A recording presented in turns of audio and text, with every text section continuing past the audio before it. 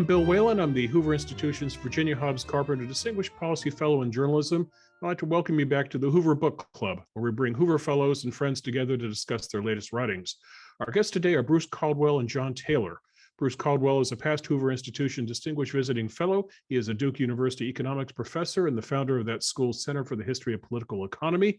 John Taylor is the Hoover Institution's George P. Shultz Senior Fellow in Economics, as well as the Mary and Robert Raymond Professor of Economics at Stanford University. Dr. Taylor also chairs the Hoover Working Group on Economic Policy, co-chairs the Hoover Technology, Economics, and Governance Working Group, and is a director of Stanford's Introductory Economics Center.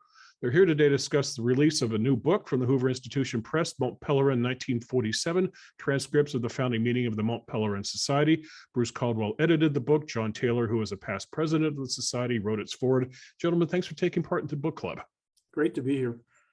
So I'd like to do things a little differently today, since I have you two very distinguished economists with me. Rather than me throwing questions at you constantly, I'd like the two of you to go back and forth, but let me begin the conversation with this question to the two of you. I'd like you, first of all, to reflect a little bit on the significance of the moment, 1947, now 75 years ago, what the world was experiencing in 1947 in terms of disrupted order, in terms of geopolitics, in terms of economics. And then secondly, John and Bruce, what these great minds, these are economists, historians, great thinkers of the time, what they had in mind when they came to this small town not far from Lake Geneva. So Bruce, maybe you could start. Okay, so in terms of the way the world looked, and particularly Western Europe and Central Europe, it was horrible.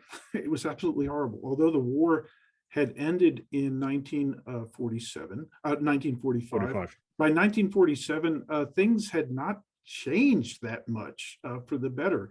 If we just count down the various countries, England was under rationing, would continue to be under rationing until the early 1950s for people who were in favor of free markets. The Labor government that had taken over was nationalizing left and right. The high point of nationalization in England hit in 1948. It started to back off from that after that, but was certainly not heading in a direction that Hayek would have thought was a good one. There was communist activity in France, in Italy. The communist parties there were on the move. There's strikes everywhere. Civil war in Greece. You get to Central Europe, Germany, Austria, occupied by the four powers: France, England, the United States, and the Soviet Union. So everything was split into zones. Price controls remained in effect. There was the prospect of mass starvation among the Germans. The places where their food had been grown, a lot of that was controlled by the Soviet Union. They had the worst winter since 1880, the winter right before this spring meeting. So and a very bad harvest the summer before. So the prospects of massive starvation, millions of people starving to death, was there. And under the rationing system, as one of the people said at the meeting, the rations are not enough for a person to live, just plain out. You're not getting enough calories to maintain life. So it was a horrible time to be meeting, and they were worried about that, of course, and they were also worried about the fate of liberalism. You said, what brought them together. Right. Hayek had been someone who had written about the dangers of socialism in his famous book, The Road to Serfdom, in 1944.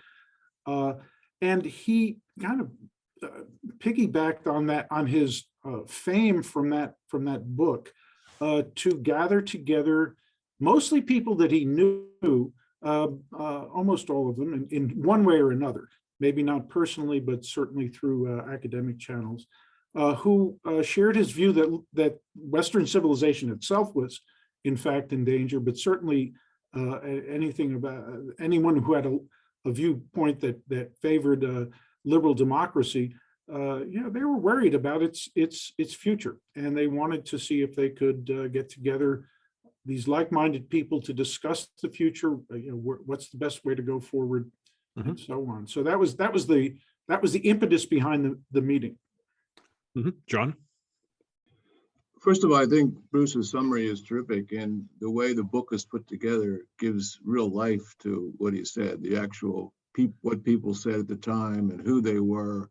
It's just fascinating to read. I was happy to be involved in any way, shape, or form. But I think Hayek deserves huge amounts of credit for bringing this all together, for capturing his friends and other people who had the same view. I think one thing that was important was the bringing together of what they called liberals, free market economists, Right. both in the United States and in Europe together. And so there was a synergy which was very constructive, I think, in countering the issues that Bruce refers to, which were very real. And there was a huge struggle. Which way were we going to be? How we're going to go? And I think this society, it's which some of the people at that first meeting continued for a long time, like Milton Friedman, for example, was very important. And it actually, there's a sense in which we were victorious, but we're again reliving a lot of the issues again as we speak. So I think it's a very timely volume. I'm happy to be involved, and I really thank Bruce for putting it together. It's just it's amazing documents that is there. It's fun to read. Bruce, tell us a bit more about Hayek. That's F.A. Hayek Friedrich Hayek. For those not familiar with economics, an important economist in history, does not get as much attention as his Chicago colleague Milton Friedman. Yeah, so I'll talk a little bit about Hayek, and also perhaps a little bit about some of the people who he was able to get to come to the meeting, because as John suggested, it really was a wonderful gathering of people from all over the Western Europe, and America, Canada, etc. Mostly that was kind of the restriction. I mean, there were some places there where people couldn't get to Europe, basically, from Eastern Europe, for example. I mean, you're not going to be able to attract people from there. But okay, so Hayek was he was born in Austria, moved to England in the early 30s to teach at the London School of Economics. Right. Had worked with Ludwig von Mises, another free market economist in Austria, prior to that.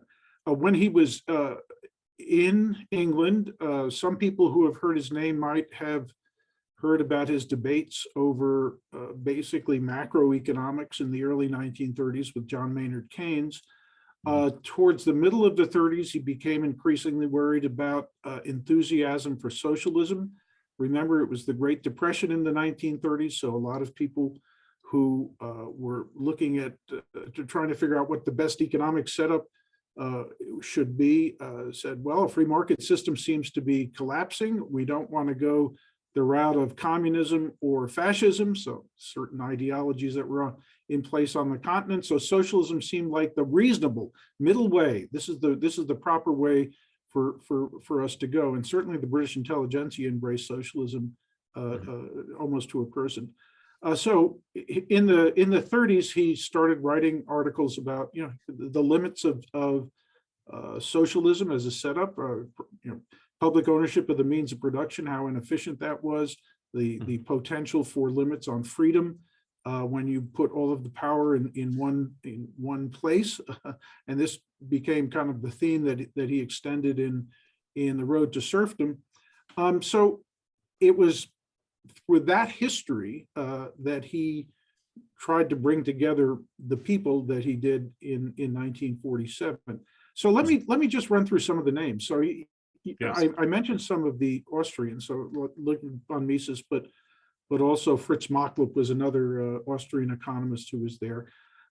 Indeed, the people who would become the Chicago School of Economics were all there. Frank Knight was there, and all the other three had been students of his in the 30s. So that's Milton Friedman, who was 34 years old at the time.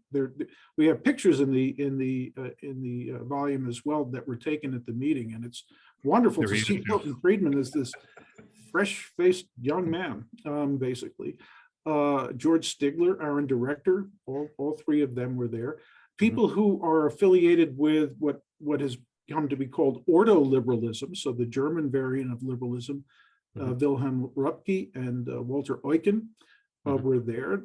Maurice Allais, who went on to win a Nobel Prize in economics was one of the representatives from France. Lionel Robbins, a man named Stanley Denison, and Jukes. These are some of the representatives from England. Also, Virginia Wedgwood, who was the only woman who attended. She was from England as well. She was a writer who edited, one of the editors of Time and Tide, a very important weekly of the day. She also had done a number of important histories that were very well read. She was one of these people who wrote history, and people who were regular people. It wasn't just for specialists; it was for everyone. There were people like Karl Popper, a philosopher of science, Michael Polanyi, another person who was polymath. He worked in lots of different fields. There were a variety of writers. So Henry Hazlitt was a quite famous newspaperman of his day. He had reviewed The Road to Serfdom for the New York Times review of books. John Davenport from Forbes was there. They were hoping to have Max Eastman from Reader's Digest, but he was unable to make it, so they had another representative from Reader's Digest there. Right. There were representatives from the Scandinavian countries, from Italy. So it was a wonderful grouping. I'll mention finally there were 4 people who were affiliated with foundations. The Foundation for Economic Education had just been created in New York in 1946. So Reed was there, the head of that foundation. But in addition, someone who would go on to found the Institute for Humane Studies. Baldy was the name that everyone called him. Baldy Harper also attended. Orville Watts. There was let me say one more person. This is a guy who ran a bureau that studies government and offers advice on good governmental practices in Detroit. You would think this is just a no-name person, Loren Red Miller. He was absolutely essential in everything. He was the one who brought Hayek together with the person who funded the tickets for the Americans to get over to Europe. Their travel expenses were funded by him. He helped set up Fee in its basically a mansion that had gone on sale after the war. A lot of mansions in the New York area went on sale after the war because of various interesting reasons. We can go into that at some point. But so he helped negotiate that. He helped bring both Hayek to Chicago in 1950 and Ludwig von Mises to NYU in the 40s to try to get him, gave him a position there. So this is a person who is always behind the scenes doing stuff, but whose name has been lost to time. So it was fascinating doing this research, just coming across all these people who have each one of them has a story. Let's put it that way. John, I was very interested in reading the book and just studying how the conversations went in this regard. You and I work at a think tank that at the end of the day is very hierarchical. Condoleezza Rice runs a meeting and is the director of the Hoover Institution. For years, Hoover is graced by the presence of the late, great George Shultz, who was an economist. People tend to forget. So Secretary Shultz would oftentimes run and dominate a meeting as well. As you read this book, were you curious as to how all these great minds gathered and how they interacted with each other? Because there's always a question of peers and sort of who's the alpha individual within the group of the peers. Well, very much so. In fact, just to build on what Bruce said, if you look at the photos, right, you see they're just interacting. There's no hierarchy. It's, right, Hayek put it together, so he may have been the leader in some sense, but it's just a joy to see these interact. Wish we could see movies, but the photos are really good.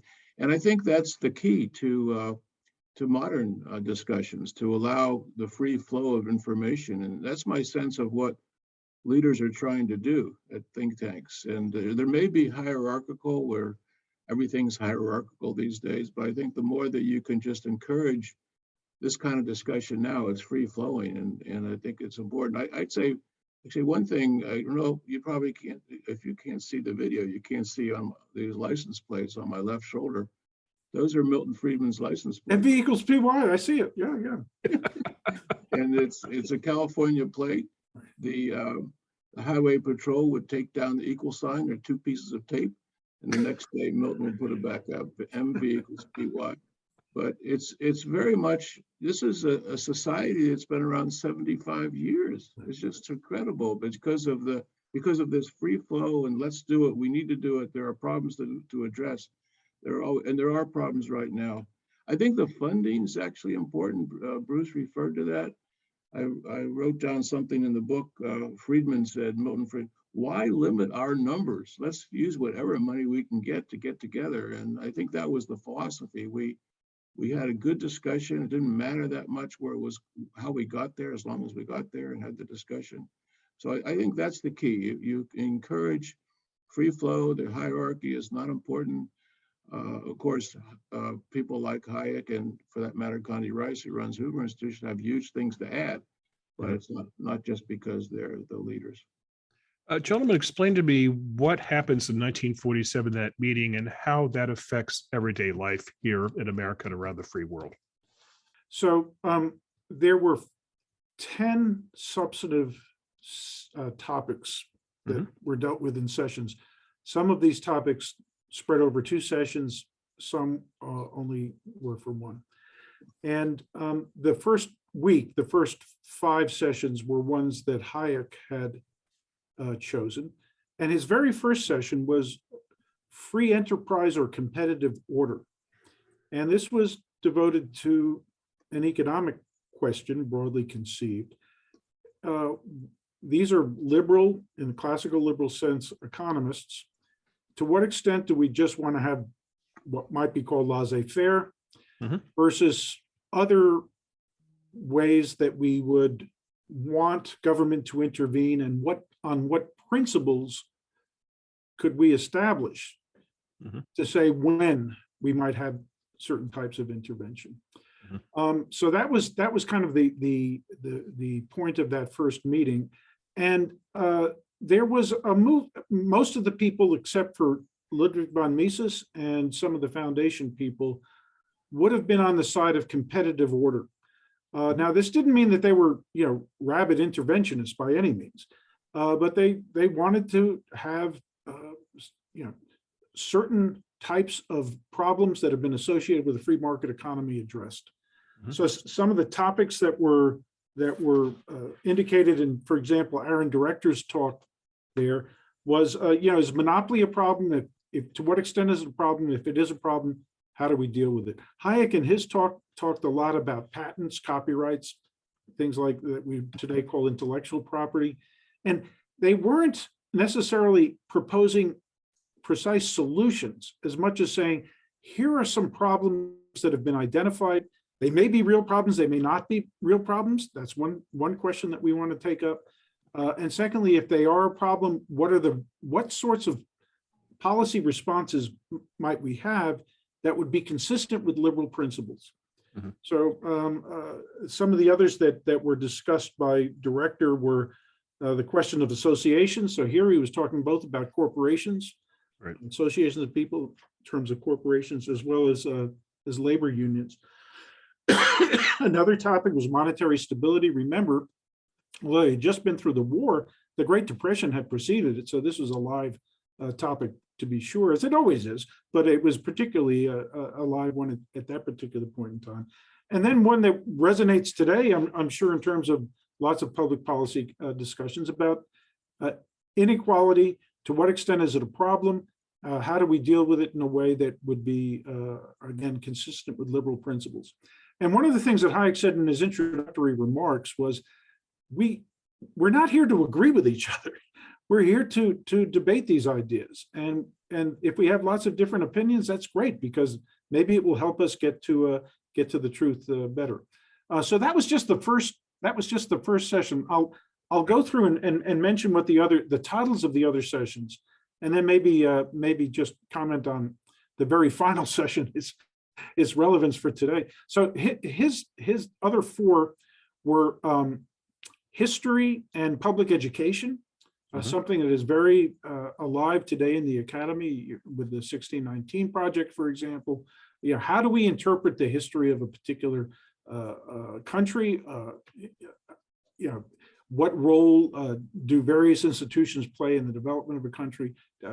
That the different interpretations that one can give to history has an effect on how you feel about your country, or how you feel about how things work. The third one was the problem of Germany, which was a massive problem because, as I said, it was basically a command and control economy that was going nowhere. And if Germany didn't revive, the rest of Europe wasn't going to revive. So that was an immediate problem that they were facing. The fourth set of issues was about federation. This is something that had been discussed extensively before World War II. And at the end of the war, people were discussing it again. A lot of times what they were worried about, particularly the liberals, was that countries would retreat behind trade barriers, protectionist barriers. So they wanted to think of ways that would enable trade to be able to trade flows to, in terms of people, in terms of goods, services, et cetera, would be able to be maintained.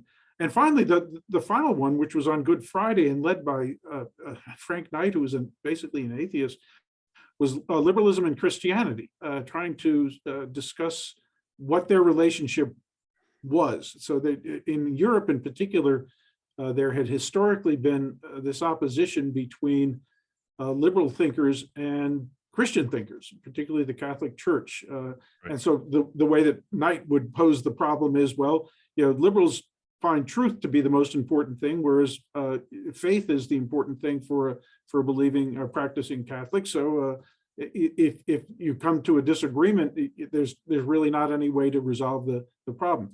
Hayek took a different view. He said this was kind of an accidental a problem in terms of the antagonisms between these two groups through history. It was not a necessary thing. And Eucken, just to give you the kind of the full display, said, look, Eucken was he was the only person who had spent the war in Germany. He had been interviewed by the Gestapo. Some of his friends had been murdered by the Gestapo. Others had been tortured. He was detained, but didn't experience that, but it was pretty dicey, particularly at the end of the war. And he said, look, as a practicing Christian, I can tell you, the only place that Christianity can survive is under a liberal regime. If you're under a totalitarian regime, that's what's most important to them. And if your faith goes against it, it's curtains for you. So there was some dramatic exchanges between some of these people. In the second week, most of the topics had to do with economics. So there was agricultural problems with agriculture, wage policy, what we would today call macro. There was another one on led by Milton Friedman on income inequality and redistribution. And he didn't call it a negative income tax, but that was the proposal that he put forward to the group, and there was lively discussion about that. And the final session was about the present political crisis, and it was all about the Soviet Union. The same topic that is everywhere in the news today. At the same time that they were meeting, the committee of foreign ministers were meeting, of the four occupying nations were meeting in Moscow, and they had met like 3 or 4 times over the past 3 years and gotten nowhere. Right. And they, you know, the people at this conference were saying, look, the Russians are just dragging their feet because it's just everyone's going to get sick of this, and we're going to leave, and they're just going to take over, and that's what they're hoping for. So this is why they're dragging their feet, and there were discussions back and forth about whether it made sense to try to negotiate, continue to negotiate. And Frank Knight, who was all about discussion, the importance of discussion, and Wedgwood, the journalist, said, look, you know, you have to assume that people are human beings who have a moral sense when you go into these things. And Lionel Robbins immediately shot back and he said, look, when you're dealing with with the Russians, it's better to assume that they're not human. It was in response to her saying that, you have to assume that people are reasonable, that they're willing to have these discussions. So, I mean, there was real passion, obviously, in the room about the present situation in that last session. In terms of learning from today, I mean, any one of those sessions, I think we could interpret in terms of things that are going on in the news today. I will say one thing: the proposals that were being made by Eucken and Röpke, the two ordo liberals, in 1947 were exactly what was taken up in 1948. That is to say, a currency reform and getting rid of the price controls, extensive price controls that initiated what being called the German miracle. It really got Germany back on its feet very, very quickly, and it was something that they were calling for, and was carried out in 1948 by Ludwig Erhard, who was knowledgeable of their ideas. So, John, I'm curious. You've been past president of the Mont Pèlerin Society. I'm curious, what was the theme of the meeting in your time as president? What did you discuss? Actually, I'll come back to that a little bit, if you like. In some sense, it's the same thing. Mm-hmm. How are we going to promote freedom? And that's what I'm curious. That's what I'm curious about, John. What over the past 75 years have been evergreen topics for the society versus what pops up in the news? No, that's still a great topic. But let me just say, when I hear Bruce talk about the book, and I'm thinking about it sounds so fluid. It's hard to do. He went through the archives at the Hoover Institution, just tremendous amount of volume of stuff, and organized. There it is. Yeah, there's one of the photos. Organized it by topic, which he just went through. It's really amazing, and it's a pleasure to read. So if you want to find anything out about the society or about where we're going, where we went, how we got here, pick it up. But one thing, just if I could just say something about the Aaron director. He sounds like he's doing Econ 1. It's very basics. It's kind of refreshing to read. I think I was going to assign to some of my students. The other thing is that, to just comment on what Bruce said, this liberalism and Christianity is an important thing. In fact, I think even today we're thinking about getting more economics into our political and military discussions. It's very hard. People don't want to hear the economics. They want who's on top, who's down, how do we get there? But I think this is another advantage of the society, is we're bringing these ideas in. They're largely economics, in my view, but bringing them in. So anyway, Bill, we're still working on that. It's a bit of a struggle now, I think. What we're seeing in Ukraine, unfortunately, and the debate that's happening, it's the attitude. So we could come back to that, but I think it's an important thing of where the society can go in the future and how it can continue to have the influence that it had in the past. Yes. Could I just make a comment, Bill, that also follows on both your question and John's response? So how I came to do this book is, as you mentioned at the outset, I was a visiting fellow in 2019, 2020, and I was working on a biography of Hayek that I'm still continuing to work on, although the first half of it will be coming out also this year. And I had gotten to the 1947 point in my biography, and so I was working on and went in to the Hoover Archives and discovered these transcripts, which constitute the book. And I was fascinated by them, but also in January of 2020, John organized the Mont Pèlerin Society meeting at Stanford. Right. So I was able to give a talk based on the research that I had done for that chapter. And a lot of that research also then went into the introduction to the book. But it was then that I decided I wanted to do the book, because it struck me, just as I was doing the research, that 2022 would be the 75th anniversary of the society, so that it would be a fitting present. So everything just kind of came together in a very nice way. But I wanted to say that John's hosting that meeting was instrumental in getting me to think about doing the book, and I appreciate that. He wrote the foreword to it, and I really appreciate that. But part of the book is also to celebrate the Hoover Institution collection. It is absolutely marvelous. And for the people who are watching this video, I mean, I'm the nerdy guy who works in the archives. I love my life. I mean, the stuff that I do, I would pay other people to let me do it. And the Hoover collection, it's not just Hayek's papers. They've got the Mont Pèlerin Society papers, got Friedman's papers, Karl Popper's papers, Machlupp's papers, Haberler's papers. These are all people who are lions of the classical liberal movement. And happiest days of my life, outside of my marriage, are days that I spend sitting in the archives, just reading the stuff and feeling it with your fingers, picking up the letters that they're writing. It's great stuff.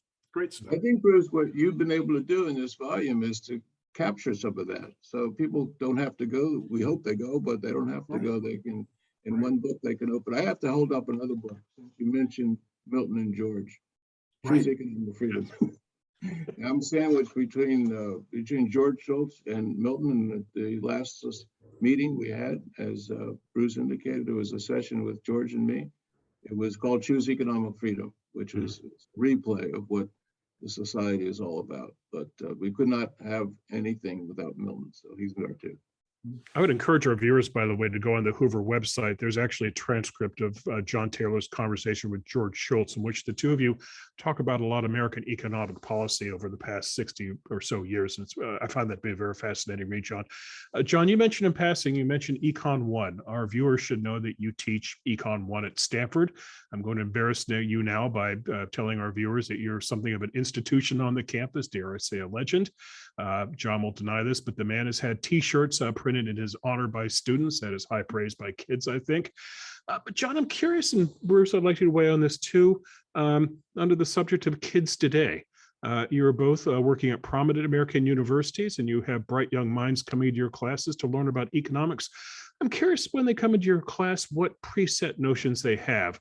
And I'm curious in this regard, we live in a time right now when it's been pretty good if you're a Keynesian. 2021 was pretty good for the Keynesian side of the crowd. A lot of money spent by government. You still see this in play today. The president, Congress, I think John wants to hand out $300 rebates for gasoline prices here in California. The governor wants to give couples up to $800 for gasoline relief and so forth. But Bruce and John, in your dealings with young minds learning about economics, what preset notions do they have? Maybe, John, you should start. Well, one of the advantages of teaching the beginning students is they're wide open. They're thinking, they're looking for ideas. And yes, they may have preconceived notions, but they're largely not about how markets work, the system works, how general equilibrium works. And so I think teaching that is illuminating, it's interesting, and it's kind of fun to do. But I think that's the thing. The beginning level, just, hey, markets can allocate resources remarkably well. And let's not forget that. As you know, we've had this debate early on was wage and price controls. That might be coming back. That's defeatist. And largely, we'd have I think monetary policy is a problem right now. And so we can come back and fix that using the basic principles. So I emphasize the basic principles, and they still work. Sometimes we forget about them in policy, and I think maybe this is one of those periods where we need to get back to them a little bit more. But I think the students have an open mind coming in. And also inflation, John. So I grew up in Washington, D.C. I'm a child of the 60s and 70s. And I remember my little school kids walked around wearing Win buttons. For those who are not under the age of 60, who are under the age of 60 won't know what I'm talking about. But Win, as John Taylor could tell you, because John, I think you worked on the CEA in the Ford White House. Win stood, he arches eyebrows, yes. Win stood for whip inflation now. And so this generation of Americans now is really experiencing inflation in an honest to God horrible form for the first time in what, John, 40 years? Yeah, well, it's come back. The whip inflation now is a Gerald Ford idea. Yes. A button, that will deal with inflation. But it didn't work, obviously. We really have the monetary policy had to adjust it. But I think this is an interesting analogy because at that time, Arthur Burns was the chair of the Fed. Right. And he said, yes, and there's inflation, but it's not us. Don't look at us. It's something else. So he convinced President Nixon to have wage and price controls. And the United States economy had wage and price controls. And it created tremendous distortions, and it didn't deal with the problem at all. And so ultimately that was abandoned, and we got out of that approach, but that was the 70s. And I think we learned from it. We tend to forget what it was like. I mean, it's a long time ago. There aren't too many people who remember that carefully, but you have to repeat that episode and hope we don't go back to that again. But what worked was a better monetary and fiscal policy. Really, that's what made the economy better. I think just emphasizing that and the dangers of that kind of intervention. Not to say there should be some interventions, there are externalities, but that kind was really destructive. Right. And Bruce, I think that's the value in reading these transcripts. Just history can teach us a lot about not just what occurred in the past, but obviously how to deal with the present and the future. Sure. Just on the problem of the 1970s, of course, they also had an excess profit tax, something that has been proposed for oil companies today, which one of the things that led to further problems with this supply of oil. So, I mean, a lot of the policy mistakes of the past are now the newest ideas that are being proposed. One of the things, I also teach a introductory class, and one of the things that I have always enjoyed doing is to get the students to take the combinations of the price level and the unemployment rate on a Phillips curve type of diagram and just plot them starting in 1967 and going through 1982. And then you can follow them, and it goes in this big circle, and the circle keeps going higher and higher, and you get to higher and higher levels of both unemployment and inflation, of stagflation. And then you tell a story that makes the graph come alive, which says, yeah, you've heard of stop-go policy? This is stop-go policy, where you start up stimulating, and then it goes too far, and then you try to slow it down, but it doesn't slow down. Just like they're seeing right now, it takes a while to get inflation out, and then you start to induce a recession. Nobody likes that, because at that point you've got still high inflation plus a recession that's obviously being undertaken as a policy move, which is horrible for the people who are in office. So it's really hard to sustain that.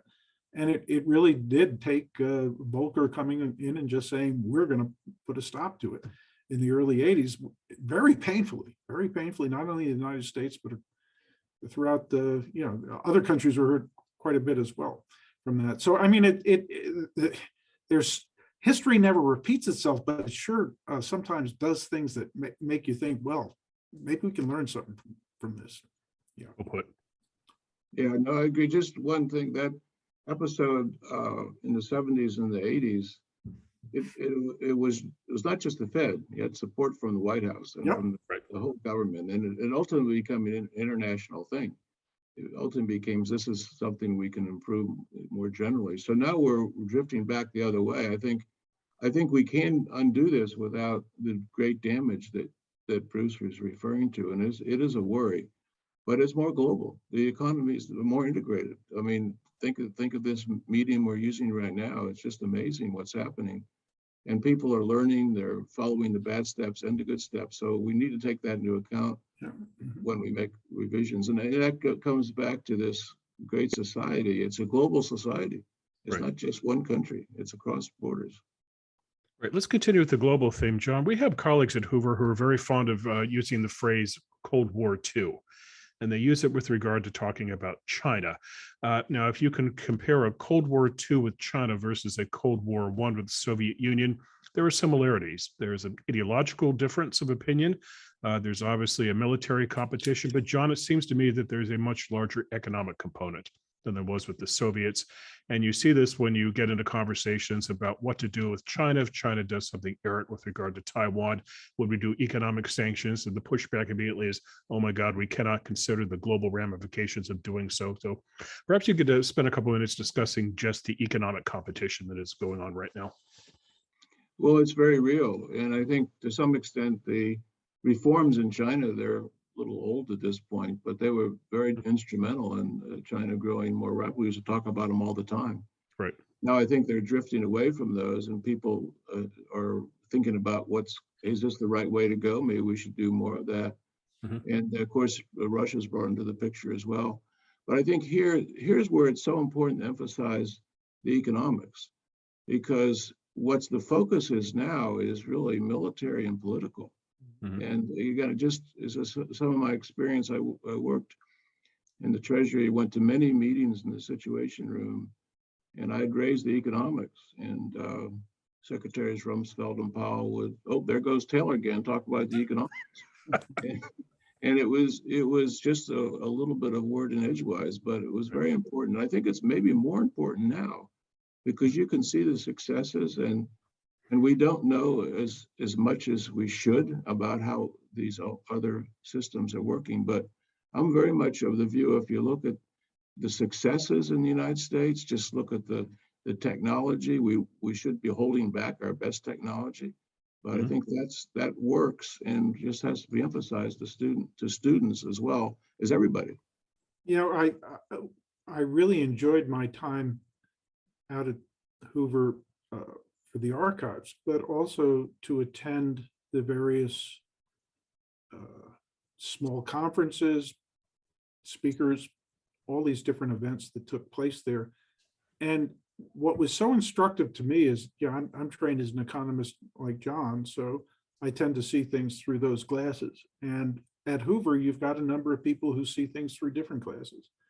And there are some great conversations about the costs and benefits of various types of policies in terms of costs and benefits that are different from the ones that economists typically look at. So I found it just to be a fascinating, really rich environment intellectually to be at. I was very happy when I was there, I have to say. I could just to interrupt, go back to this first meeting. It was more than economics. Right. So much so, and the leaders, they knew that it had to be integrated with the political philosophy, and that was an emphasis that I get from your book, but just looking at a little bit at the archives or reading Road to Serfdom and things like that, you can see.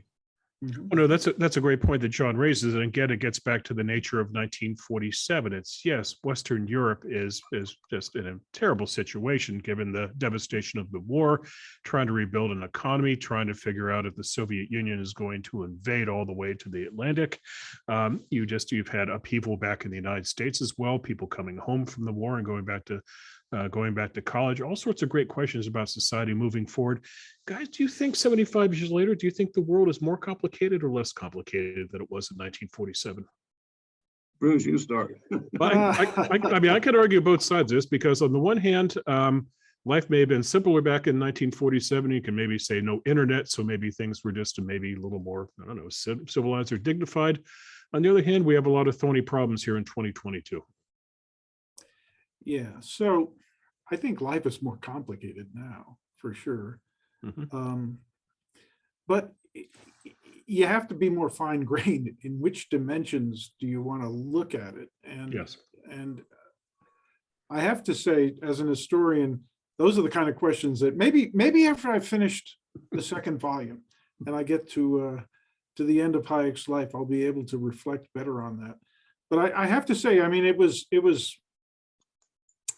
the full dimension of his life, moving from the Austro-Hungarian Empire, that after World War I, it was gone. The numbers of changes that took place within a 20-year period in Western Europe were, so I think the dimension is not complication, it's just the number of things that happened. The Russian Revolution, the League of Nations was formed and it fell apart. Fascism arose in Italy, in Germany, in Spain, in these various ways. The Great Depression hits. I mean, all of these things happen, and then World War II. So 2 world wars and all of those other changes. And this is, radio is being invented. Right. Just there were changes that were, Hayek was flying in a plane in World War I. it's just all these things were different. Skiing. Mhm. They didn't used to have downhill skiing. They just had cross-country skiing. So even, the all sorts of cultural things that were quite different. So it was just it was a period when people really felt like the world was changing very rapidly and not necessarily for the better. Mhm. John? Best I can do. So I think that Bruce is completely right. It's not that this is the only time the world has changed a lot, but I think I think a little more optimistically that this is a way that we'll be able to integrate in a productive way. We are seeing what's going on in real time, which we've never been able to see in Ukraine. I teach my Econ 1 class is online. There's thousands of students who can watch it around the world, in China for that matter, and some do. Mhm. So we're just beginning, but I think in the last 15 years, it's taken off, and we don't want to squash that. I wish we could see more and understand more what's going on in Russia. It seems like, and wish they could see as well. But that seems to be a place to begin. But the more we can use this technology and not squash it, I think we're better off. But my experience in how this has changed, maybe just 10 years, is just amazing. And the fact that, again, this is a broadcast all over the world, and it's amazing. I could go on. Radio, of course, was huge, and airplanes were huge, but maybe this is even bigger. Maybe this is something where what we talk about becomes known, and that means it's harder because you have to explain it better. I like to use skits of markets to explain so the students can actually see a market at work. It's a little artificial, but they can see it, and that helps penetrate more abstract ways of thinking about things. I'd be very curious, gentlemen, if we took the 1947 group and put them together with the 2020 group of the Mont Pèlerin Society and had the entire gathering talk about income inequality and how they would remedy this and how they would define it as well. John, this strikes me as one of the differences between 1947 perhaps and 2022. You and I live in California, which is perhaps the most staggering example in America of income inequality, where you and I can go from one section of Northern California where we live and 5 miles away find people living in just absolute opposite existence. So I'm curious if, as you look, especially back in 1947, how did the conversation back then about income inequality differ from today? And I guess I should say not income inequality, economic inequality. Bruce. Oh, okay. So when you talk about the students who come in to a classroom, an economics classroom, for the first time, Mhm. and we've all heard this widely reported statistic that 50% of college students think socialism is better than capitalism. And it's kind of a scary thing, but then you have to realize they don't know what socialism is. They're not talking about public ownership of the means of production. What they're worried about is typically it can be social justice issues that have to do with racism in society, but often it has to do with income inequality. And so the conversations that you want to have then are okay, so let's talk about the sources of inequality first of all. Try to figure out why you might have inequality of various sorts. Some of which might be more justifiable than others. If you've invented something and lots of people want it, then or you perform a service that lots of people want, then you can understand that people would have an unequal income that way. But it's unjustified inequality that they're worried about. So then the question becomes, well, we all agree that this is a problem.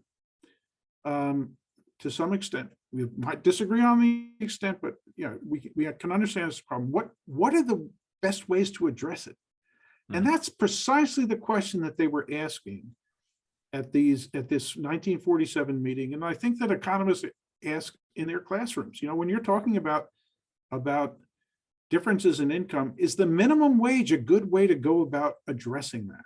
And then you explore, what are the implications of that particular approach versus, for example, a universal basic income or a progressive income tax with a negative income tax? Or what are the various ways that you might try to address it? And certainly it was very much of a concern in 1947. I mean, this was something that was brought up at a number of different sessions, not just the one that was dedicated to it that Friedman led.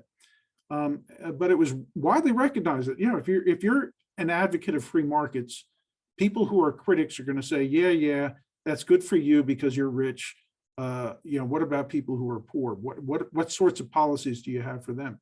And that's what they meant when they said, well, we can't just say free enterprise, just let things, run. We've got to come up with policies that a person can feel comfortable defending as an appropriate policy that tries to get rid of a problem that we all agree exists, but based on liberal principles. So, I mean, I think that this is an ongoing kind of discussion, but what's also interesting is that some of the ideas that they were coming up with then resonate now, I think, in terms of policy solutions. So that's my take on it. Yeah, I think at that point, it was sort of income per capita, getting it up and which is the best way to do it. And I think we got some progress on that. And then as we did, the income inequality has become more of a problem, more of an observable problem. But I think, minimum wage is not the way to get at that. I think education, maybe because I'm an education, is a way to get at it. And there's a lot of reforms out there, a lot of possibilities.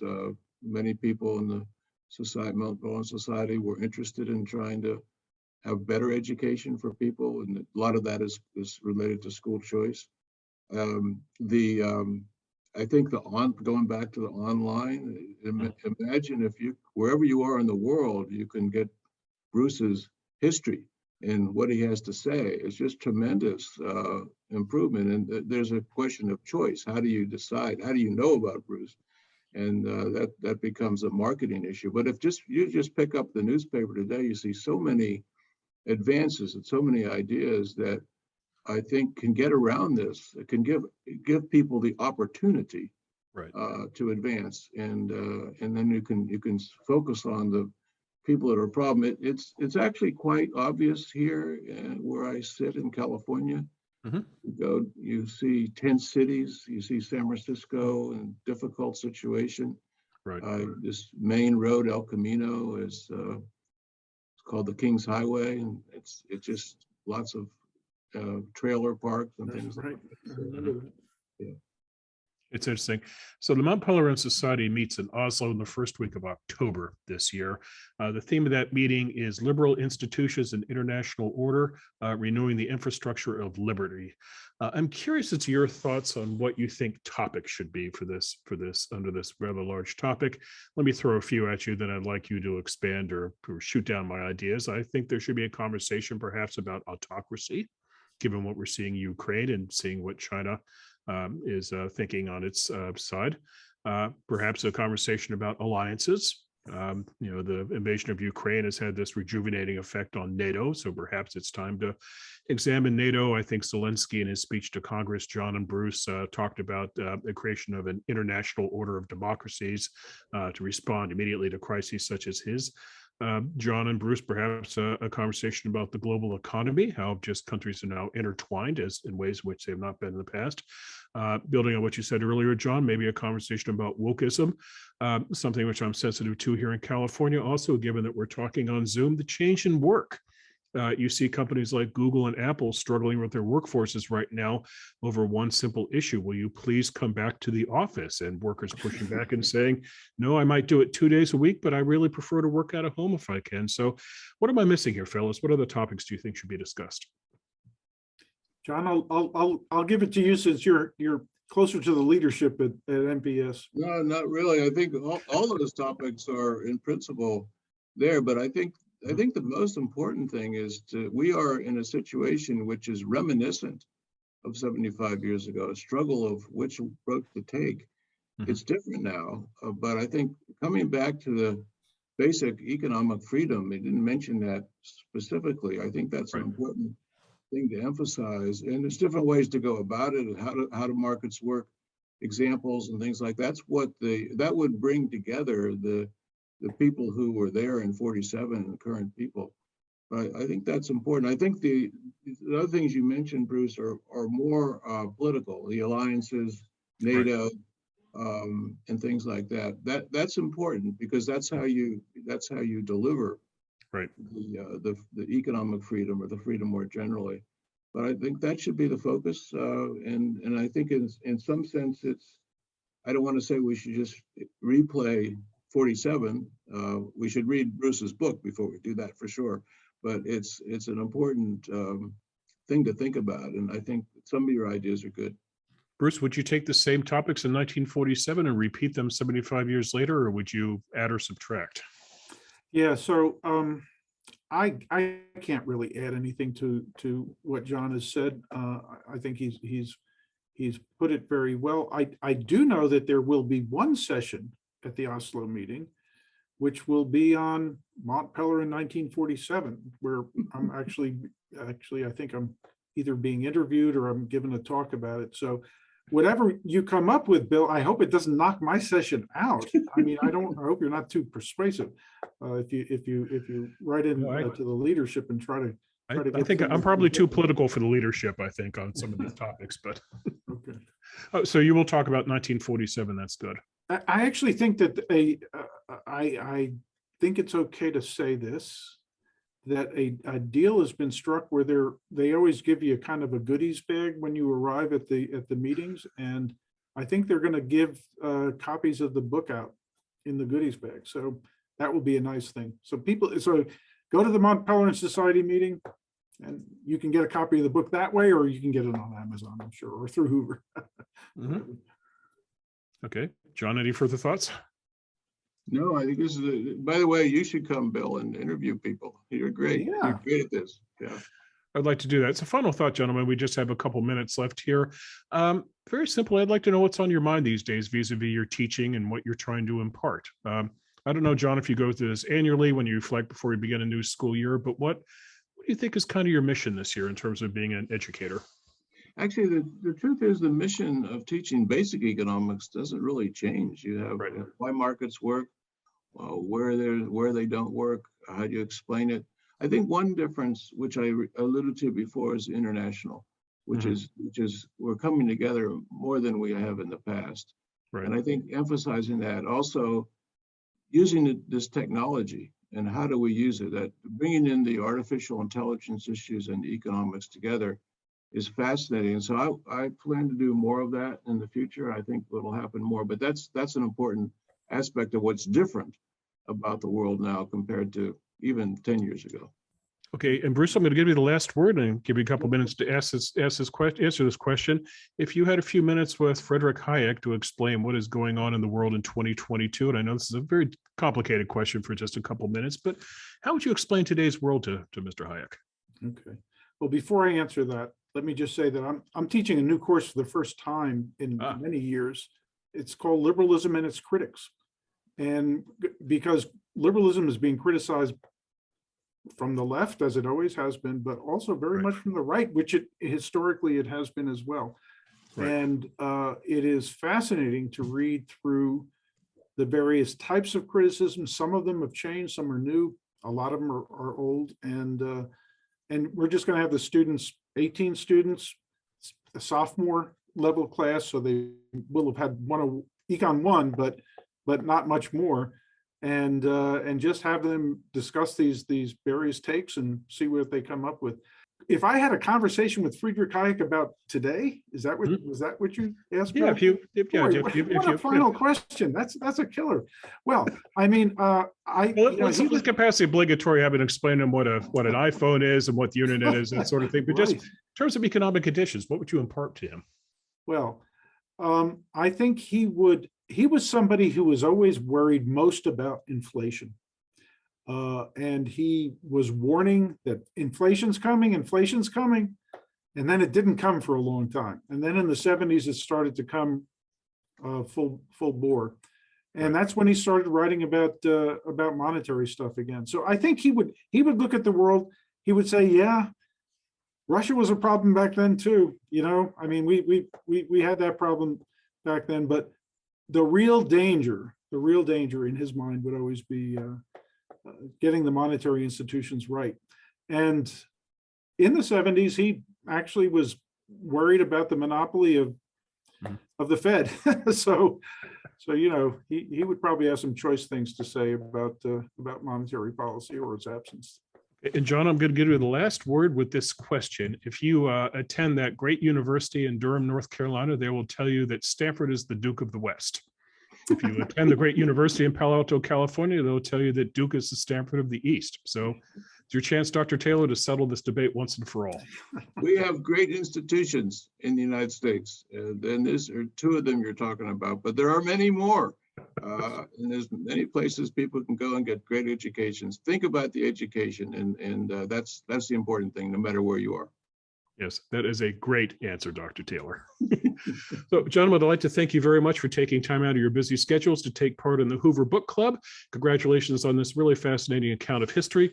The book, again, let me hold it up if you can see it on camera. It's not too shiny. It's the Mont Pèlerin 1947 Transcripts of the Founding Meeting of the Mont Pèlerin Society.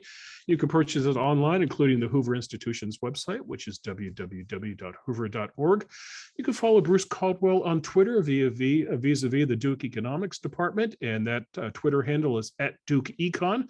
Dr. John B. Taylor, brave man that he is on Twitter. His Twitter handle is @Economics1, but note, that's the word one, not the letter one, so it's @Economics1, @Economics1.